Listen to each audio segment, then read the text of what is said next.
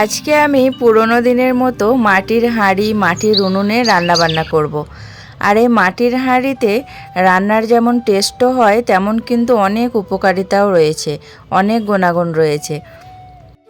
আগেকার মানুষ এই মাটির হাঁড়িতে রান্না বান্না করে কিন্তু অনেক রোগমুক্ত থাকতো। এখন তো বেশিরভাগ মানুষেরই ওষুধ ছাড়া চলে না। তা আমরা যদি কন্টিনিউ এই মাটির হাঁড়িতে রান্নাটা আবার চালু করতে পারতাম তাহলে কতই না ভালো হতো। তো আজকে আমি মাটির হাঁড়িতে চিকেন বানাবো, তো সেটাই সবার সাথে শেয়ার করব। তো পুরো ভিডিওটা দেখতে থাকুন, আশা করছি আপনাদের ভালো লাগবে। হ্যালো এভরিওয়ান, কেমন আছেন সবাই? আশা করছি সবাই ভালো আছেন, আমরাও ভালো আছি। এটা হলো যেদিন মাঠ ঘুরতে গেছিলাম সেদিনকারই ভিডিও। তো ফেরার পথে এই জমিটাতে দেখলাম এত পরিমাণে শাক হয়েছে, তো আমি দেখে ফুল অবাক হয়ে গেছি। তো এত শাক দেখে আর লোভ সামলাতে পারলাম না, তো মাকে বললাম মা কিছু শাক তুলে নিই, তো আজকে ভর্তা বানাবো শাকের। তো এত পরিমাণে শাক, মানে এটা হচ্ছে পাট জমি, পাট চাষ হয়েছে, কিন্তু পাটের থেকে বেশি শাক দেখতে পাচ্ছি। তা আমি আবার শাক সবজি খেতে একটু বেশিই ভালোবাসি, আর শাকগুলো দেখে আর লোভ সামলাতে পারলাম না, তাই বসে পড়লাম। আর এক জায়গাতে বসলেই মানে এক পেতে হয়ে যাবে, এত পরিমাণে শাক রয়েছে এখানে। আজকে আবার আমার বাবা মাটির উনুন মাটির হাঁড়ি কিনে নিয়ে এসেছে।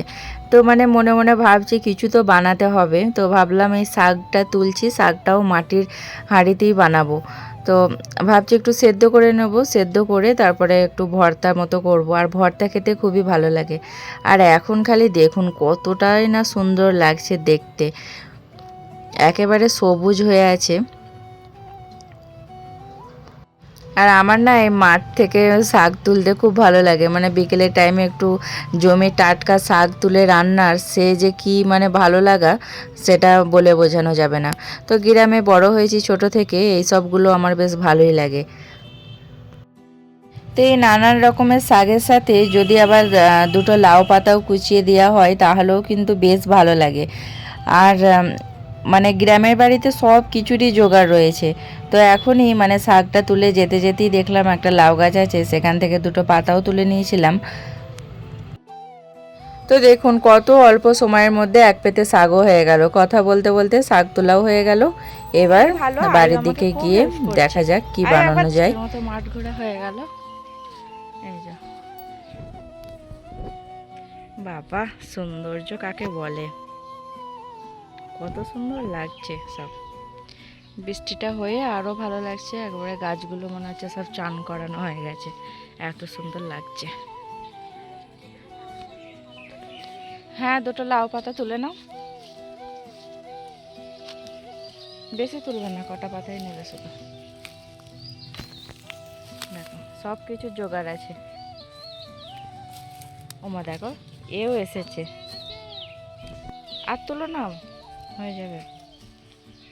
চলো, তো এবার আমি চিকেনটা ম্যারিনেট করে নেব। এখানে আমি সামান্য লবণ দিয়েছি, তারপরে সামান্য হলদি পাউডার, আর এখানে মানে সব মশলায় অল্প অল্প দিচ্ছি, কেননা আবার কষানোর সময় একটু দেব।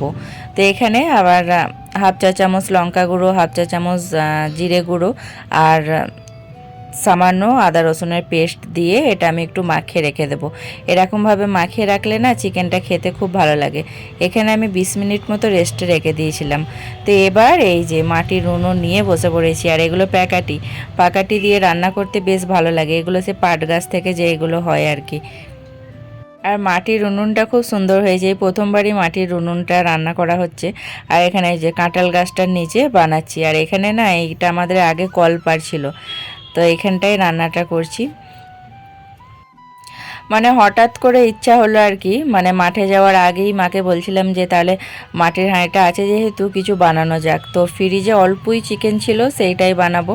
তো চিকেনটা আর একটু বেশি হলে ভালো হতো, তো কিছু করার নেই, যেইটুকুই আছে আর কি, শখ হলো ইচ্ছা হলো তাই এটাই বানিয়ে ফেলছি। তো এখানে আমি হাঁড়িটা গরম হয়ে গেছে, আমি দিয়ে দিলাম সর্ষের তেল, তারপরে ওই গোটা গরম মশলা সব দিয়েছি।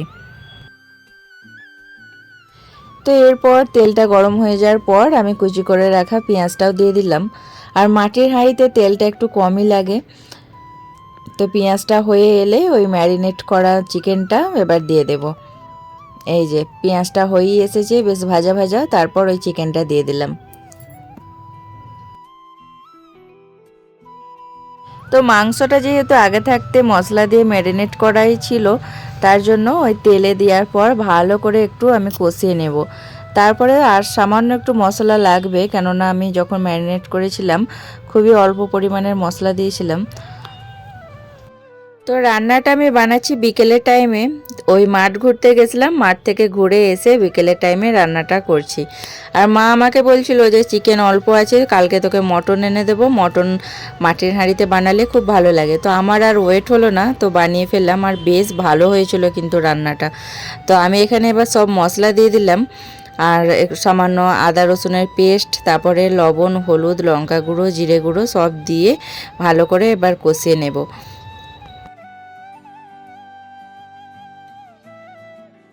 তো চিকেনে মশলাটা আমি 2 টাইম দিয়েছি। ম্যারিনেট করার সময় হাফ মশলা দিয়েছি আর হাফ মশলা কষানোর সময় দিয়েছি। এইভাবে করে চিকেন বানালে কিন্তু খুবই ভালো হয়, এর টেস্টটা খুব ভালো হয়। আর মাটির হাঁড়িতে রান্না করার সময় একটু ভয় হচ্ছিল যে ফেটে যাবে কি না, কিন্তু কিছুই হয়নি, খুব ভালোভাবেই রান্নাটা হচ্ছে। আর মাটির হাঁড়িতে রান্না করার মানে আগে 5 ঘন্টা মতো জলে ভিজিয়ে রাখতে হবে হাঁড়িটা, তাহলে হাঁড়িটা ফাটার সম্ভাবনা থাকে না। তো এবার মশলাটা কষানো হয়ে গেছে, আমি পরিমাণ মতো জল দিয়ে দিলাম। তো জলটা দিয়ে এবার ঢাকা দিয়ে দেব। আর ঢাকনাটা দেখুন কত সুন্দর হয়েছে, পুরো ম্যাচিং করা, মানে খুবই ভালো হয়েছে মাটির হাঁড়িটা। তো মধ্যে ঢাকনাটা খুলে একবার নেড়ে দেব, জলটা শুকিয়ে এলেই পুরো রেডি হয়ে যাবে। এই যে পুরোপুরি রেডি হয়ে গেছে, এবার আমি সার্ভ করে নিচ্ছি। তো চিকেনটা পুরোপুরি রেডি হয়ে গেছে, এবার আমি সার্ভ করে নিচ্ছি। আর এই প্রথমবার আমি মাটির হাঁড়িতে রান্না করলাম, তো আমার খুবই ভালো লেগেছে। আর কালারটা দেখতেই পারছেন কতটা সুন্দর এসেছে। আর অন্যান্য পাত্রের থেকে এই মাটির হাঁড়ির রান্নার কিন্তু টেস্টই আলাদা, একটা আলাদা রকমেরই টেস্ট। আর এই মাটির হাঁড়িতে রান্না করলে একটা কোমল সুগন্ধ আসে, ওটাও খুব ভালো লাগে। তা আপনারাও একবার এইভাবে ট্রাই করতে পারেন।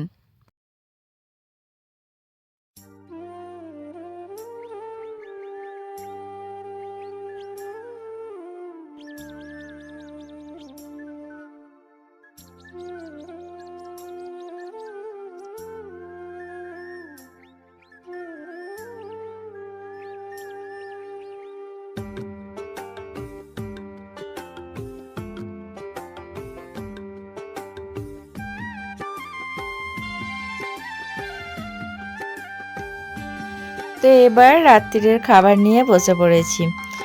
আর রাত্রিরের খাবারটা আজকে কলা পাতাতেই সার্ভ করেছি। তো এত সুন্দর মাটির উনুন, মাটির হাঁড়িতে যখন রান্নাবান্না হলো, ভাবলাম একটু স্পেশাল করেই থালাটা সাজানো যাক। আর আমার একটু সাজিয়ে গুছিয়ে খেতে খুবই ভালো লাগে, তাই একটু কলা পাতায় ভালো করে সাজিয়ে নিলাম। আর কলা পাতায় খেতে বেশ ভালো লাগে।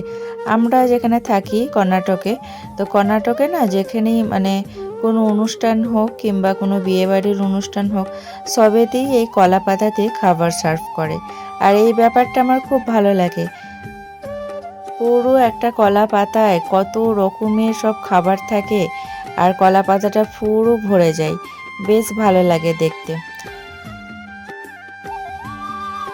আর চিকেনটা এতটাই ভালো হয়েছে কি বলবো, মানে মাটির পাত্রের রান্নার কোনো তুলনাই হয় না। তো অতুলনীয় স্বাদ, এতটাই ভালো হয়েছে। তো আমরা যদি মানে এই মাটির জিনিসপত্রের রান্নাবান্না যদি কন্টিনিউ করতে পারতাম, তাহলে কতটাই না ভালো হতো, তাই না? তো এখন আমি ভাত খেতে খেতে এটাই ভাবছি যে আগেকার মানুষ কত মজার মজার খাবার খেত, সব কিছু মাটির জিনিসে রান্না বান্না হতো, আর কতটাই না টেস্ট হতো। আর জমির টাটকা শাক খেতে মানে দারুণ লাগছে। তো এখানে আমি ভর্তাটা ওই পেঁয়াজ, শুকনো লঙ্কা, নুন, তেল আর একটু লেবু দিয়ে মাখিয়েছি। এইভাবে করে খেতে খুব ভালো লাগে, আপনারাও একবার এরকম করে ট্রাই করে দেখতে পারেন, খুবই ভালো লাগবে।